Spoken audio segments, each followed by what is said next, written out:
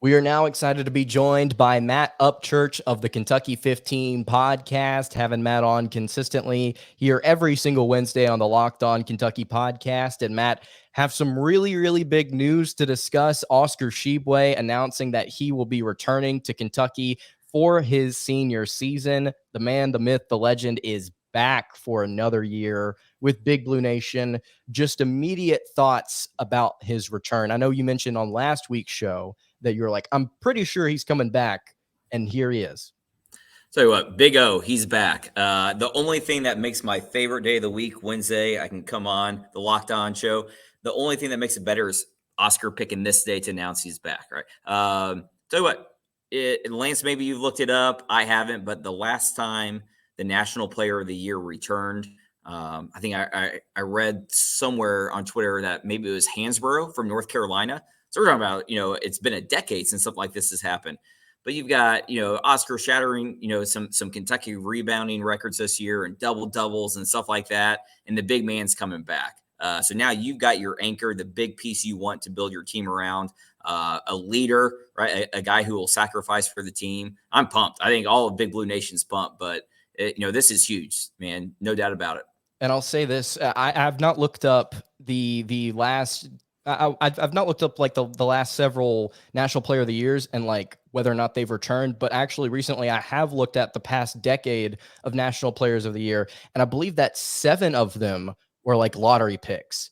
Yeah. And it's not consistent that it's not consistently where those guys come back, and it's not consistent where those guys are flops. So I think this with Oscar Tshiebwe coming back is just a really big exception to what has consistently been a rule, which is like, if you win this award, you're probably going to do some special things down the line. And so I think this is just absolutely phenomenal news. And I'm not necessarily going to sit here and knock on the fan base for their negativity, because I think a lot of it was warranted. I understand people being upset after you lose in the round of 64 to a 15 seed.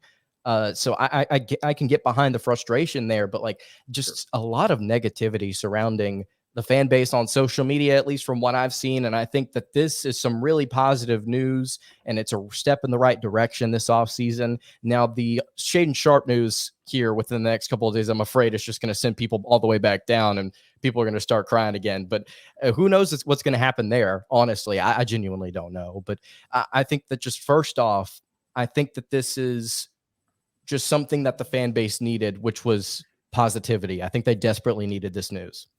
Yeah, I mean, he's not only what I think his averages were 17 points and 15 rebounds. I mean, that's ridiculous. I mean, it's tough to find a player more productive than that.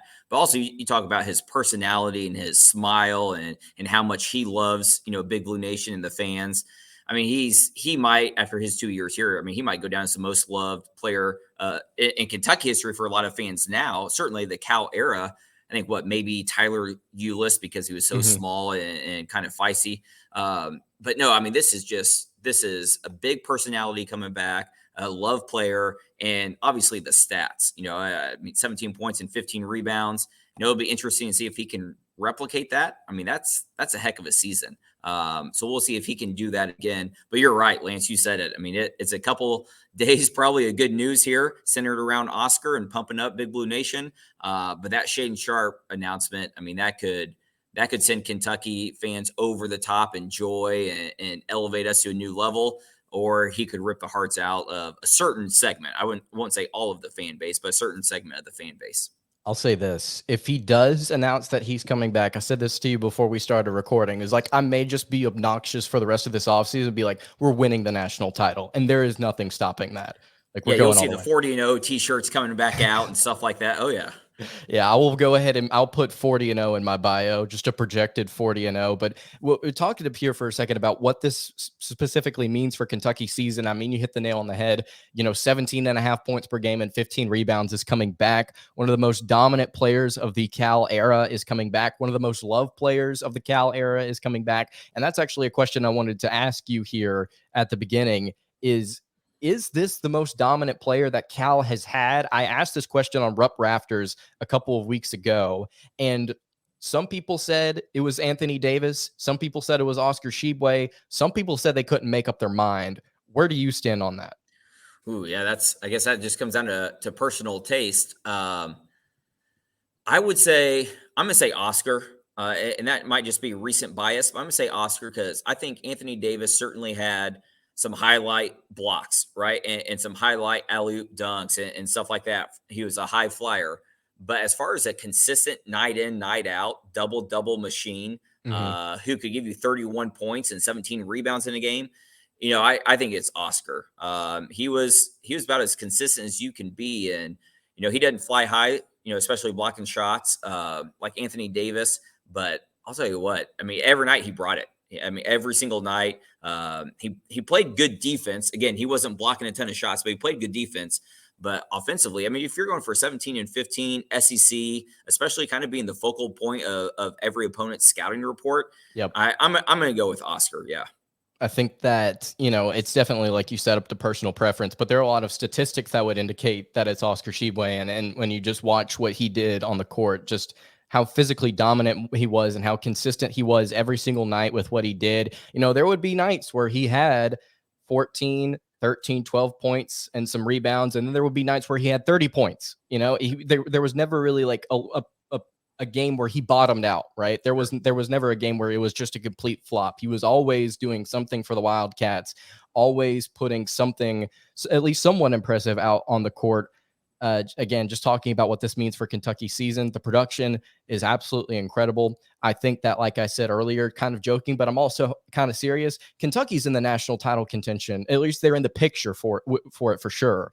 Now, there are a couple of pieces that I think they're going to need to pick up to really round out the rest of this roster and the transfer portal. Maybe a freshman in Leonard Miller. We'll get to him later on in the show. But right now, according to Joe Lunardi, who you can say what you want about Lunardi and what you think about him, but he has Kentucky as the projected first overall seed. Now, does that mean anything at this point in the offseason? No, not really. But at the same time, it's like, I think it's going to be well documented before the season starts. Kentucky is going to be at the forefront of national title conversation. And if they can get a couple more pieces, I think they're definitely going to be primed for a special season.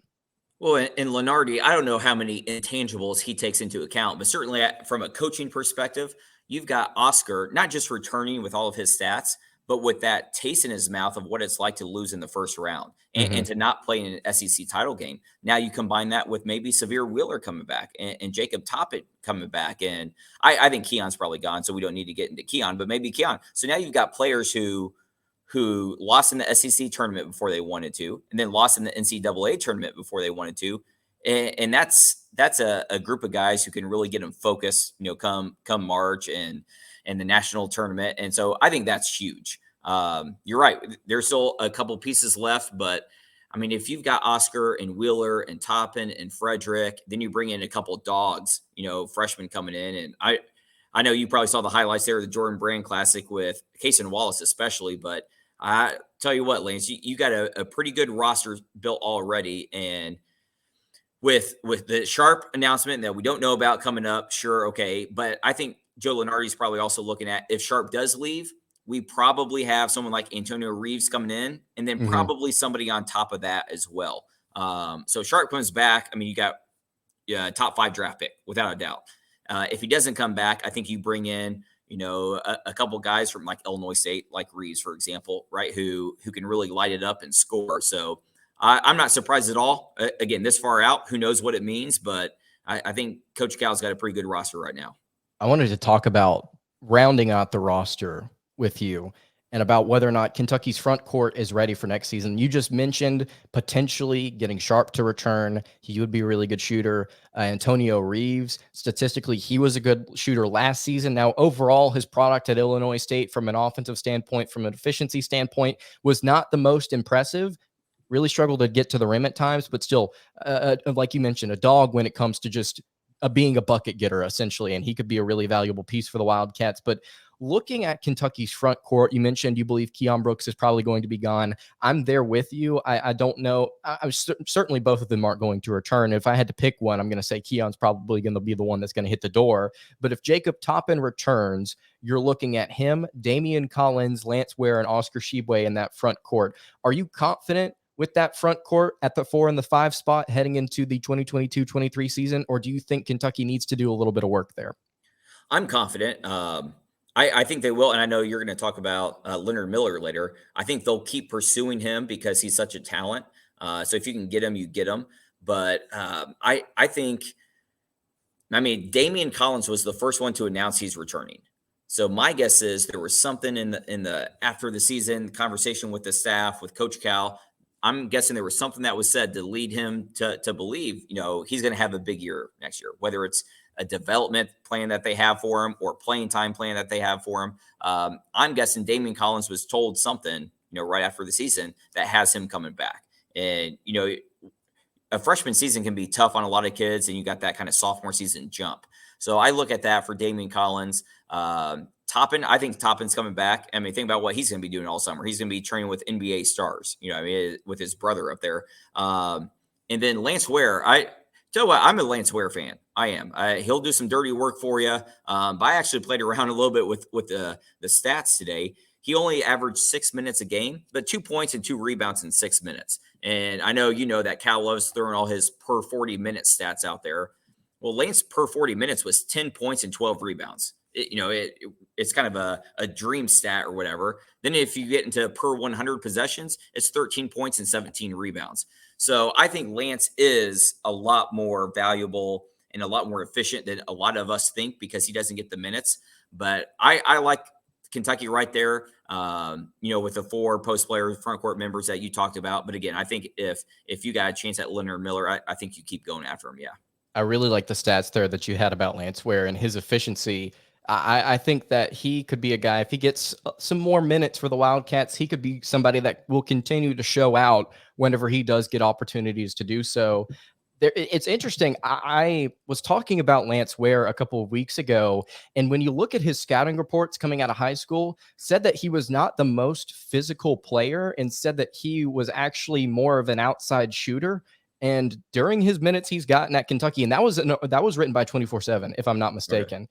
And look at his time during Kentucky. I mean, during his heroic moments that he had, and they were sparingly, he had just a limited amount of those moments, but he was physical. He got rebounds. He got putbacks. He got and ones, and he wasn't really an outside shooter. So I think that I'm not out here to criticize 24/7, but I'm just saying, like, I like what he is as a backup for the Wildcats, and I think that's what you want out of somebody coming off the bench. Yeah, absolutely. What he can do in a game and then what he can do in practice with that physical, strong body against Oscar every day. I mean, You want somebody making Oscar better. I kind of think back to, I can't remember the year now, but Marcus Lee came up real big in the NCAA tournament. I wanted to say Michigan for sure. He got a couple of putback dunks and alley-oop dunks and just rebounded, played good defense. That's all you need. That's what Lance, I mean, I don't think Lance Ware is coming back next year because he wants Oscar's role. He's coming back because he wants to win. He wants to be a glue guy. And then maybe the year after that, it's kind of more his show. But I'm a huge Lance fan. And obviously, Damian Collins, he's got the potential to have that, I don't know, that Willie Cauley-Stein kind of role where he's long, he's athletic, he can block shots, he can switch screens. So like you said, we got 4 guys, including Toppin in there. We got 4 guys who I think can be really productive. And then talking here for a second about the 5-star Leonard Miller, Kentucky in his top 3, Arizona, the G League, and Kentucky. He mentioned, I believe just a few months ago, that if the G League were to offer him, he would be strongly considering that. I believe his direct quote was, it was like, it's a very visible option for me right now. And so I think that Kentucky's got a really good shot there. Had him on campus just a few days ago, just to kind of see what the Wildcats were about. You look at his scouting report, he's a left-handed guy, 6'9", 6'10" I believe, according to On3. And something else that On3 actually notes is that over the span of 18 months, he went from 6'4" to 6'10". Yeah. Which is just crazy to me to even think about. But yeah, he will probably be playing for the 4 for the Wildcats if he does elect to commit. On3 also notes that he's a mismatch as a big, really good defender, really good in the half court, very, very balanced and controlled player, even though they do note that his jump shot's a little off. But overall, I think that he would be another really good addition to what already is a solid front court. So if you're talking about Toppin, Collins, Ware, and Tshiebwe, I think that's perfect. I think that's absolutely perfect. And then also you have to consider guys like Chris Livingston, who are coming in that are listed like 6'5", 6'7", that could also be contributing at the 4 at times if Kentucky wants to go to a smaller lineup. So I think Kentucky, if they do pick up Miller and Toppin does return, I'm very pleased with that front court lineup. For sure. And Leonard Miller, I know Terrence Jones was a much stronger body, much stronger presence, but lefty, athletic, versatile. So kind of similar players in that regard. Yeah, but like you mentioned, I think the G League is priority number one for him. You see some reports out there that he must not be very academic oriented. I don't think he wants to sit in classrooms and stuff like that. Sure. I haven't heard anything about the Arizona visit yet. I know he was heading out there. So I haven't heard anything about that. I would guess, just reading the tea leaves, that the G League is where he wants to be.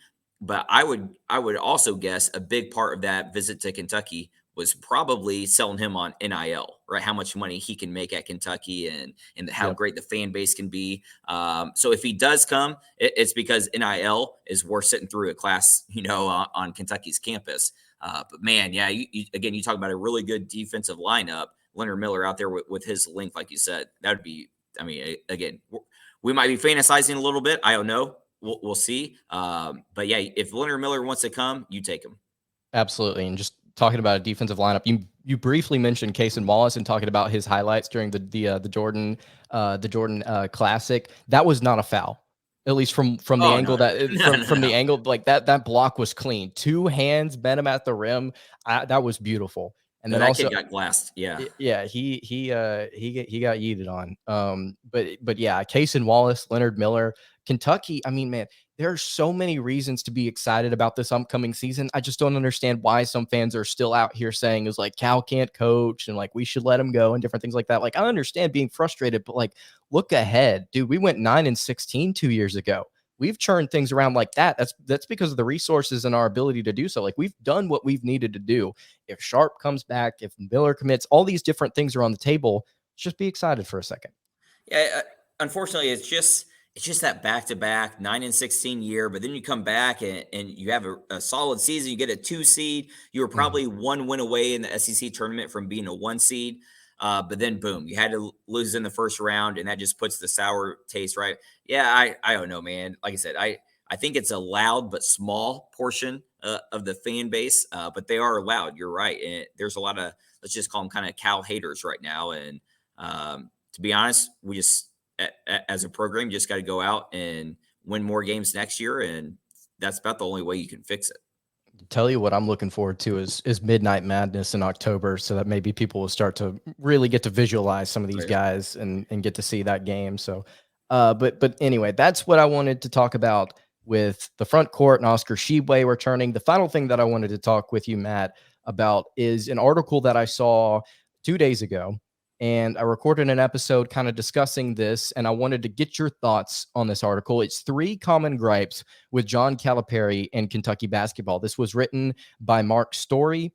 Link is in the description of yesterday's episode. I might as well put it in today's episode as well. But I'm going to go through these common gripes with you and just kind of get your thought on what Mark has to say about it and see if you essentially agree. So let's go ahead and start here with gripe 1. He says that the fan base, one of the most common complaints is that Calipari's outmoded offensive system, or outmoded, keeps undermining Kentucky. And he said the reality is essentially that if Kentucky had made their free throws, they would have won the game. And he said, while Kentucky's offensive style isn't like Golden State's with like the 4 out, 1 in, they're not necessarily modern in the way that they like to space the floor and shoot it. It still is one of the more efficient offenses in all of college basketball. Is 6th, according to KenPom last season, in terms of offensive efficiency. He said what he thinks is more of a concern is the fact that the defense fell off towards the end of the season. Goes through, lists the efficiency numbers there. I understand where Mark's coming from here about saying like the fan base is complaining about something that they shouldn't be around the offense because it still is one of the more efficient in the game. What my perspective is, like, while that may be true, I do kind of want to see him maybe implement some new things in this offense, maybe some new sets, maybe something fresh, maybe something like he was talking. I'm not necessarily asking for Kentucky to run down the floor and fog up a 3 every single possession and nobody even touch the paint. What I'm asking for is just maybe something a little fresh for maybe some of these new recruits to see and be like, okay, not only are they a prestigious program that can get me a really good NIL deal and get me to the NBA, but I'm going to be running some stuff that I'll probably see at the next level. And I'm running stuff that I will see other opponents use. That's just my take on it. I also think it's big in recruiting. You look at, just kind of off the top of my head, you look at North Carolina down the stretch, right? You had RJ Davis and Caleb Love making play after play after play. You look at Duke, Paolo Banchero and Jeremy Roach making all kinds of plays. It doesn't seem like Cal's players have that kind of freedom. It doesn't seem like they have that kind of wiggle room, if you will. Now, did De'Aaron Fox, did Malik Monk? Yeah, absolutely. But if you have Severe Wheeler instead, and Kellen Grady, who can't really create his own shot, David Mintz, who can't create his own shot, and I know Ty was kind of hampered, but I think when you have a very structured offense like Cal has, oftentimes it's been called the mover blocker. Virginia has run it for a long time, but you kind of have those guys on the baseline setting screens for, let's just say, Ty running from one wing to the next and kind of faking which way he's going to cut. Essentially what you're recruiting kids to do is to have four of you standing still and one guy moving. And I just don't think, I think that's maybe why he's missing out on some big guys. We'll see if Shaden Sharp comes back. I mean, obviously Shaden will want to play for it, but if he just wanted to come for a semester and train and use Kentucky's facilities, then that's kind of another big miss. But I think right now you probably have Duke on the recruiting trail, Kansas. I think you probably have North Carolina, recruiting the same guys Coach Cal is, and they're saying, hey, he's playing in a board. You're going to stand around. You're not going to have the ball as often. You're not going to be able to have freedom of play. And I think that's kind of my biggest gripe right now with Cal's offense. The other one, I think they finished top 5 in KenPom this year in offensive efficiency. You have to go back to 2016 to find them in the top 10. Now they're nowhere near last, but I did crunch those numbers today. They're out the 9-16 season. Let's just throw it out, but they were barely inside the top 50 there. They've got a couple seasons, 2018, 2019, where they're barely inside the top 25. So I think there's some gripes there. Yeah, I mean, I think 2017 they were 12th, but it's been since 2016 since they were inside the top 10. Right. So this year was good. Don't get me wrong. But yeah, I think fans are probably a little wrong on that one. But at the same time, I like to see it better for sure. Right. It's not been the most consistent under Coach Calipari in terms of offensive efficiency. And I'll say, I mean, there are like two sides of the spectrum to this. You can either be extremely restrictive in what you allow your kids to do and only bring in a certain type of personnel and not necessarily have the luxury of going out and recruiting somebody that can work in isolation because, he's not going to want to come and play in your system. Or you could be like, let's stick in the SEC here, a team like Auburn, and Bruce Pearl's offensive philosophy is like, we're going to run early stuff and we're going to let our kids do whatever they want early in the offense. They make the decisions. They have the opportunity to create whatever they want to. But if there's nothing there, we're going to work into the flex a little bit, right? But that's the give and take there at Auburn is they could be so much better if they just had a little bit more discipline on the offensive end instead of fogging up threes from half court. Now the kids have the ability to make that occasionally, just not consistently enough. But like with a team like Auburn, you will struggle in certain games if your players that create in isolation can't knock down shots. It's like if you had a little bit more balance and a little bit more discipline, you could be a lot more efficient. And then, flip back to what we were saying about Kentucky. It's like maybe if they let their kids have a little bit more control over the offense, it would maybe make it a little bit more fun. And I understand what you're saying. Like it's a really good recruiting pitch. But at the end of the day, I think there's a middle ground there between something like Auburn and something like Kentucky. I understand where fans are coming from. But at the same time, like last year with the personnel that Kentucky had being extremely strict, they were efficient. Now, a lot of that had to do with Sheepway, and I'm curious to see what the offense looks like after he's gone. But that's just my take on it. I think there's a middle ground there between those two. And also, don't forget, I mean, Kellen Grady was on pace at one point to set a single season, shooting record for a 3-point shot. So he was incredibly, efficient as well. And then obviously, kind of fell off down the stretch. But yeah, so for this year, you had 2 players that were having career seasons, at one point. And then the last thing I'll say on it is you look at what Musselman is doing at Arkansas right now. Nobody Mhm. can believe how many studs he's bringing in. But he's doing it because he has an NBA system, and that's kind of the pitch and the style of play. So again, yeah, I mean, kids care. They want to know how they're going to be used, and they want to know what kind of style they're going to be playing for sure. The second gripe that Mark says the fan base has is Calipari cares more about putting players in the NBA than he does winning for Kentucky. And then he said, the reality is it's perfectly valid to question Calipari's decision to market Kentucky to recruits as the quickest path to the NBA rather than as a uniquely special place to play college hoops. But then he also points out it's like, well, Mark believes that the strategy there, well, it may not be what fans prefer. It's what's getting some of these high profile guys, and that's what leads to winning, right? And that's what Mark's essentially saying in this article. It's like, well, I think that Coach Cal actually does really want to win. This is just the way that he's trying to do it. Now, whether or not the fan base agrees with that or not is just up for the fan base to kind of feel out, right? But I don't really know where I stand on this. I understand why Cal does what he does. I understand trying to pitch kids coming to the NBA. I would like to see as NIL becomes more and more of a thing, and we really get to feel it out and figure out what it's about. And maybe there are some restrictions set on it in the future. I don't know, but I would like to see Kentucky try and utilize NIL a little bit more as a recruiting pitch. And that's really the only thing that I have to say on it. But what's your thought, Matt? Yeah, I can't imagine there's any Kentucky fan who actually thinks Cal doesn't care about winning. But he's made some comments. Let's just be upfront. Was it 2010 NBA draft? He said this is the greatest night in program history. Right when all those guys were drafted in the first round. I mean that rubbed a lot of a bit BBN the wrong way. Then you get into like it was this year after they lost to Tennessee in the SEC tournament where he said, "Well, at least now I can get home early to my dogs." I mean, again, you're talking about the wrong message you're sending to the fans. Right. But yeah, no, you're right. I mean, the NBA thing is 100% targeted towards recruiting. And if you go into that practice facility, which is what every single recruit does, all along the walls, he has the NBA card, the NBA profile card of every Coach Cal player that is playing the NBA. So it is you're surrounded by literally you as a recruit. You walk in, you are surrounded by NBA talent. I think it could have gone a long way if 2 years later, when Cal, 2010, we made that comment. 2 years later, when he won the national championship, if he would have just said a quick, now this is the greatest night in program history. Right. No, Cal wants to win. If you pay attention to any games, he wants to win. He's coaching. He's sweating. I mean, he's getting into it. He's pleading with his players.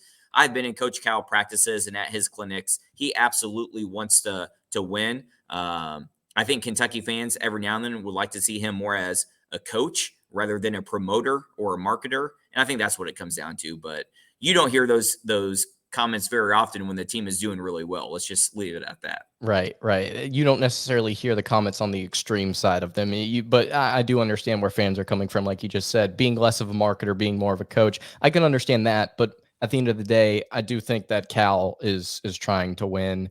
There's one more gripe here, Matt, and then we'll let you get out of here. Mark says that the third gripe is Calipari's disdain for calling a timeout to set up a play in late game situations is bad strategy. And he explains what happened with St. Peter's and how Kentucky had like 17 and a half seconds left. They had the opportunity to call a timeout. Everybody knows what happened. And then he said, well, does a timeout actually matter? Because look at what Kentucky did against Michigan in the Elite Eight, right? They called a timeout, I believe. They set up a play.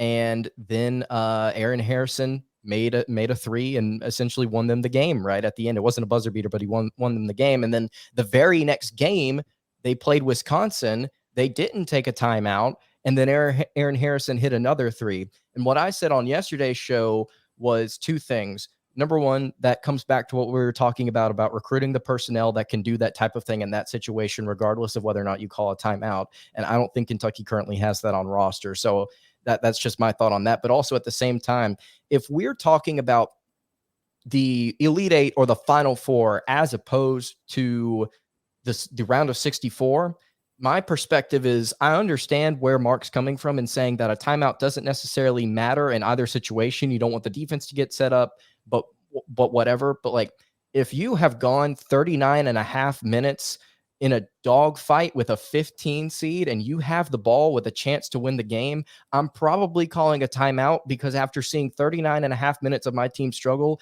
they're probably not in the best place mentally. So I'm probably going to get them set up knowing that we are the more athletic team. We are the more dominant team. We arguably, if you put both of those teams in that same situation, they probably win the game more often than St. Peter's would, just simply because of their athleticism. So that was my thing, is like, I still would have liked to have seen Cal try to take a timeout, knowing the type of personnel Kentucky has and knowing the situation wouldn't have gone down. If he hadn't, like he did, I'm not like crying myself to sleep over it, but it's just something that I would have liked to have seen.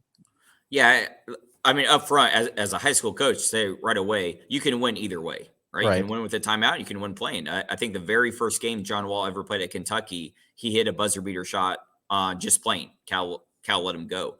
Davian Mintz hit a buzzer beater or a game-winning shot last year against Vanderbilt on a play Cal drew up in a timeout. I know the 9-16 season is, we don't want to talk about, but I think there were two games, Notre Dame and another one, where Cal called a timeout, drew up the play he wanted, and it got Olivier Sarr the perfect mid-range jumper that he could knock down. Now, he missed both of them, but it got the shot he wanted. Then you mentioned Aaron Harrison, kind of playing through the play. If we go to that St. Peter's game, Lance, what I would have liked to see differently is Cal just let the team play rather than, I want to say Wheeler had the ball, but rather than Wheeler just bouncing the ball up top. I would have rather Kentucky just played and try to go score in transition, tried to find some kind of advantage. But when you stand up top and you bounce the ball, the entire St. Peter's defense got set. I mean, nobody was scrambling. So you let them get organized. So I would have liked to play fast and try to create. If you miss, guess what? You still have a chance to foul and send them to the free throw line and extend the game.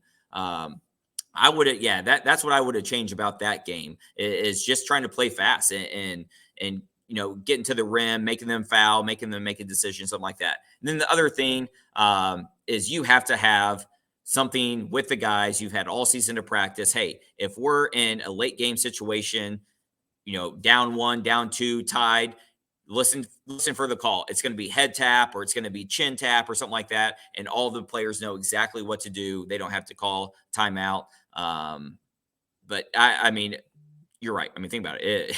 If Kentucky scores on that play, nobody's talking about it. What I mean? But I would have liked to seen the St. Peter's for sure. Like you said, there wasn't much of a mismatch out there that we were going to take advantage on. Everybody was sitting right there on Oscar.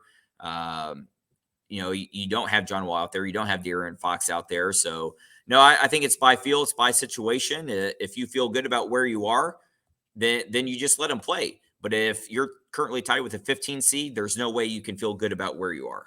Yeah, regardless of whether or not you call a timeout or not. And so, like, what I was saying is, like, I would have liked to have seen it, but, like, even then, like, if he had called a timeout and we hadn't scored, I wouldn't be crying myself to sleep over that either. It's just like you said, it's very situational. And so my takeaway from the article is that I don't think that that's a valid complaint because, like Mark said, we've seen it go different ways. Now, personally, again, just to say it for like the third or fourth time, I would have liked to have seen a timeout in the St. Peter situation. I also like what you were saying is like maybe see if you can throw them off a little bit, kind of try and get something at the rim quickly. I think that's a good strategy as well. Just anything to make sure that they don't get set or anything to make sure that they're not prepared for something. But yeah, I think that after looking through this article, some of those I've heard, some of those complaints I've heard, some of them not as extreme, but overall, I think Mark made some really good points, and I understand where he's coming from and just saying, like, let's try and bring things down to reality. Definitely, yeah. And that's a good story on his part, for sure. All right, so that's going to do it for today's episode of Locked On Kentucky. Matt, again, thank you so much for coming on. Tell everybody where they can find your podcast. You can find it Spotify, Apple, wherever you listen to podcasts. Just search, it's down at the bottom of the screen there, but just search at the Kentucky 15 on Twitter. I've got links there, or you can open up Spotify and search the Kentucky 15. Links to Matt's podcast as well as his Twitter will be in the description below, both on podcast or if you're watching on YouTube. That's going to do it for today's episode of Locked On Kentucky. You can follow the show here on Twitter at Locked On UK. You can follow me on Twitter at LanceDaw_, and you can follow the show on Instagram @Kentucky Podcast. I will see you all tomorrow for another episode of Locked On Kentucky. Have a great rest of your day, and God bless.